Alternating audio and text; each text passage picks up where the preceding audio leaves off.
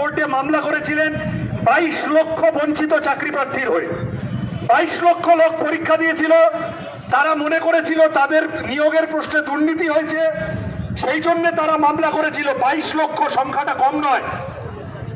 বারবার গত 7-8 বছর ধরে 2016 সালের নিয়োগ, গত 9 বছর ধরে তৃণমূল কংগ্রেস বারবার চেষ্টা করেছে যে এই মামলা কি করে ঘেঁটে দেওয়া যায়, কি করে টাকা খেয়ে যাদের চাকরি দিয়েছে তাদের চাকরি বহাল রাখা যায়। তারপরে সুপ্রিম কোর্টেও ধাক্কা খেয়ে এসেছে যখন 26,000 লোকের চাকরি চলে গেছে। এখনো তৃণমূলের শিক্ষা হচ্ছে না। আমরা পরিষ্কার বলছি, তৃণমূল কংগ্রেসকে জানাতে হবে কাদের থেকে টাকা নিয়ে চাকরি দিয়েছ, কারা স্বচ্ছ কারা অস্বচ্ছ, এই তালিকা তৃণমূলের কাছে আছে। কেউ যদি থাকেন যিনি টাকা দিয়ে চাকরি পেয়েছেন, তাকে বলছি ভয় পাবেন না, আপনার সম্মান নষ্ট হবে না।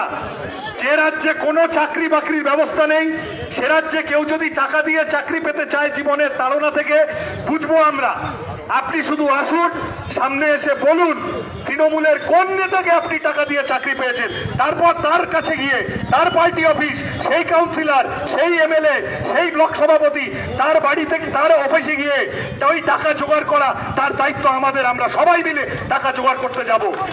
কিন্তু আপনার এরা ছাড়া আর কেউ এই টাকা খায়নি। তৃণমূল কংগ্রেস তারা এখন তার প্রাণপণ বাঁচানোর চেষ্টা করছে এই 26,000-এর চাকরি। মুখ্যমন্ত্রী নেতাজি ইন্ডোরে মিটিং করলেন, অত রকম বললেন, একবারও বললেন না আমি দুর্নীতি করিনি। বললেন যোগ্যদেরটা দেখছি, অযোগ্যদেরটাও দেখবো। কেন বলছে?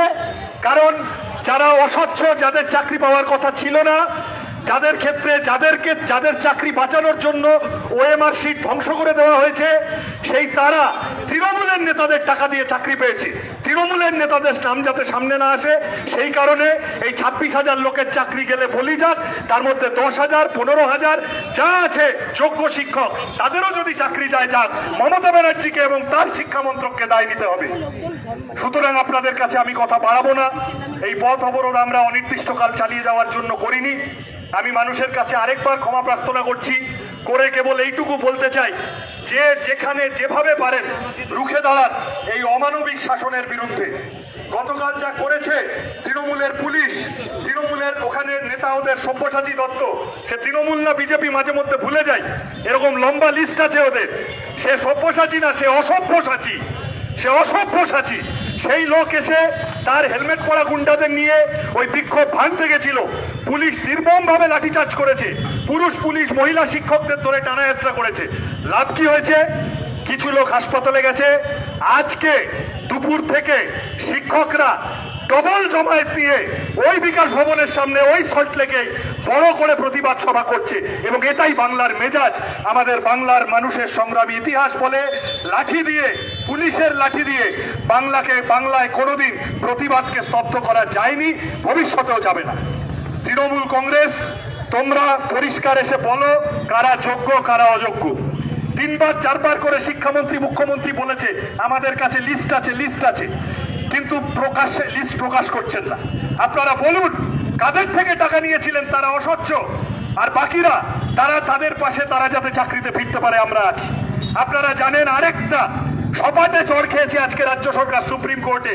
বিকাশ রঞ্জন ভট্টাচার্যরা মামলা করে 25% দিয়ে সেইটাও আদায় করিয়ে এনেছেন।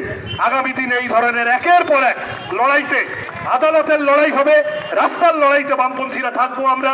আমি যে কথা বলে শেষ করব, অন্য বেশি কথার মধ্যে যাওয়ার বিষয় নেই। কারুর মাথায় এখনো আছে যে বিজেপিকে দিয়ে তৃণমূলকে হারাবো, বেশি কথায় যাব না। পরিষ্কার বুঝে রাখেন, মালদা মুর্শিদাবাদে টাকা কামানো, মেদিনীপুর জুড়ে এই চাকরি চুরির অভিযোগে অভিযুক্ত 2016 সালে তৃণমূলের নেতা হয়ে বসেছিলেন, এই সমস্ত চুরি ডাকাতির ক্ষীর খেয়েছেন। শুভেন্দু অধিকারীকে দিয়ে চাকরি চুরির তদন্ত হবে না, সুবিচারও হবে না। যদি সুবিচার করতে হয়, তৃণমূলকে হারাতে হয়, তাড়াতে হয়, তাহলে বামপন্থীদের পাশে আসুন। আমরা আপনাদের ভরসা অনুযায়ী লড়বো। আপনাদের প্রত্যেককে পাশে চেয়ে আমার কথা শেষ করছি। নমস্কার।